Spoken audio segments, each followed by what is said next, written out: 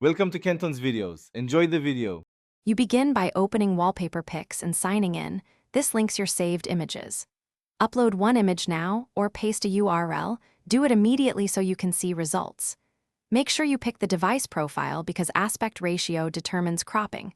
Once set, the app previews how the image fills the screen. If resolution is low, the editor warns you. Keep an eye on pixels per inch so your wallpaper stays sharp. You now refine the image. Use crop and scale to frame your subject. Lock the aspect ratio to avoid distortion.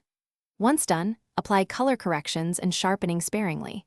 This improves clarity without introducing artifacts. Make sure to set the focal point so important content isn't hidden by icons or the notch. As you adjust, toggle the device preview.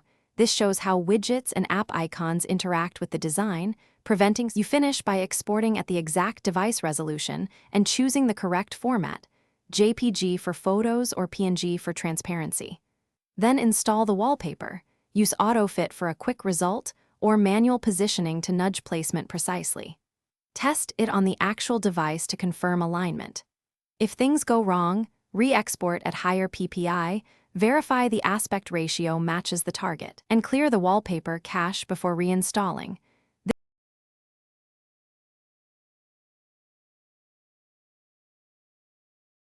Thanks for watching. Consider subscribing if we helped you.